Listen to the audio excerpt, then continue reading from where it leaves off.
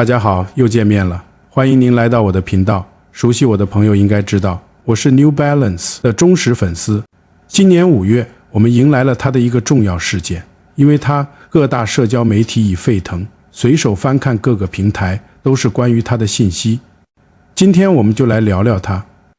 1985年，一双定价高达$130的跑鞋横空出世，掀起奢华跑鞋的革命。历经40年时光流转，5年一次的复刻约定如期而至。让我们一同见证这双被称为鞋皇的运动鞋是否真如其名，王者归来。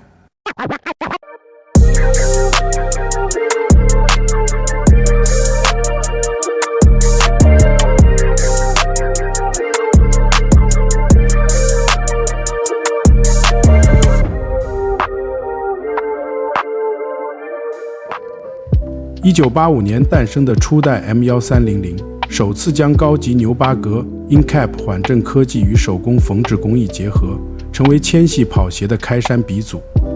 每5年一次的复刻，不仅是 New Balance 对经典的致敬，更是对工艺的执着。从2000年 M1300J， 2010年更名 M1300JP， 2020年 M1300JP3， 直到2025年版本的 U1300JP， 他们都继承和延续了原版工程师后裔参与调教的血脉传承。作为2025年限定美产版本，鞋面延续初代钢蓝色与元祖灰的经典配比，其中钢蓝色占比 38%， 灰色 62%。表层采用意大利头层牛巴革，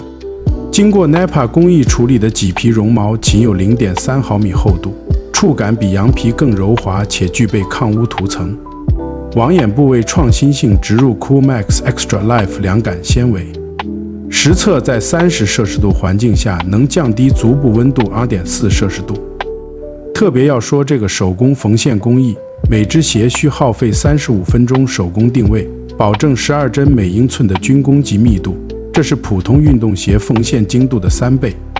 实际穿着中你会感受到2种材质的精妙配合，牛巴革提供了类似羊绒大衣的包裹感，而凉感网布在运动时会产生空气对流的呼吸感。建议宽脚掌用户可选择大半码，避免牛巴革初期较硬带来的挤压感。这次复刻的 InCap 双密度缓震系统，在后跟部位特别添加了缓震胶粒子，占中底体积 15%， 实验室数据表明能多吸收 17% 的冲击力。Vibram 外底的菱形纹深达 3.2 毫米，经过10公里实测磨损仅 0.05 毫米，比普通橡胶耐磨度提升 40%。 我们模拟了石板路、柏油路、瓷砖3种地面测试， 42.5 码单直径336克的重量，配合73度足弓支撑片，即便日行2万步也没有足底筋膜的拉扯感。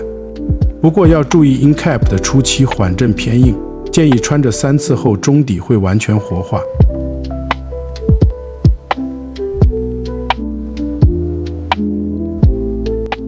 鞋舌上的立体刺绣标签复刻初代设计，正面是柔软的皮质面料，内衬采用吸湿速干面料，搭配3毫米记忆海绵鞋垫，手感超级柔软，打造零磨合期的裸足体验。后跟和侧面顶部采用了和鞋舌一样的皮质材料和衬里，非常柔软，完美避免了新鞋磨脚的问题。鞋垫非常特别，采用了3层鞋垫，前部采用了2种材质，后跟处特别增加了一块 InCap 垫子，为后跟提供了更多缓冲，整体鞋底非常舒适而又不软塌。需要特别提醒，美产版本尺码比亚洲版偏大半码，前掌宽出5毫米，建议正常脚型选日常尺寸，罗马脚或高足弓建议试穿后再决定。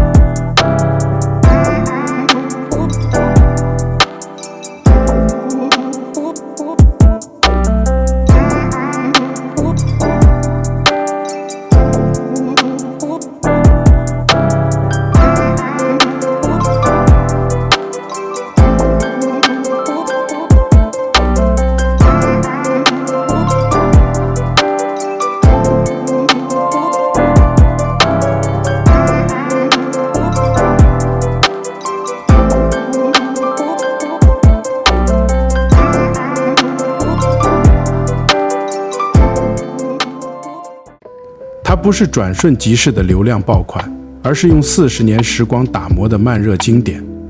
这双 U1300JP 的故事，关于传承、克制与永恒。正如品牌所说 ，Only time will tell， 时间自会证明。总的来说，这双鞋忠实复刻了初代1300的细节，从工艺和材质上来说无可挑剔，但就外观而言，我持保留意见。它是典型的 New Balance 鞋款，但就配色来说忠于原型，但缺乏亮点。其次是定价，虽说被称为鞋皇，但3000左右的价格应该会让大多数人望而却步。我想，只有那些执着于收藏和复古情怀的人会选择，毕竟5年才复刻一次，人生又有几个5年呢？你会选择吗？好的，这就是我今天分享的内容，希望您能关注、点赞和分享。也希望您在评论区留下您对这双鞋的看法。谢谢您的观看，我们下期再见。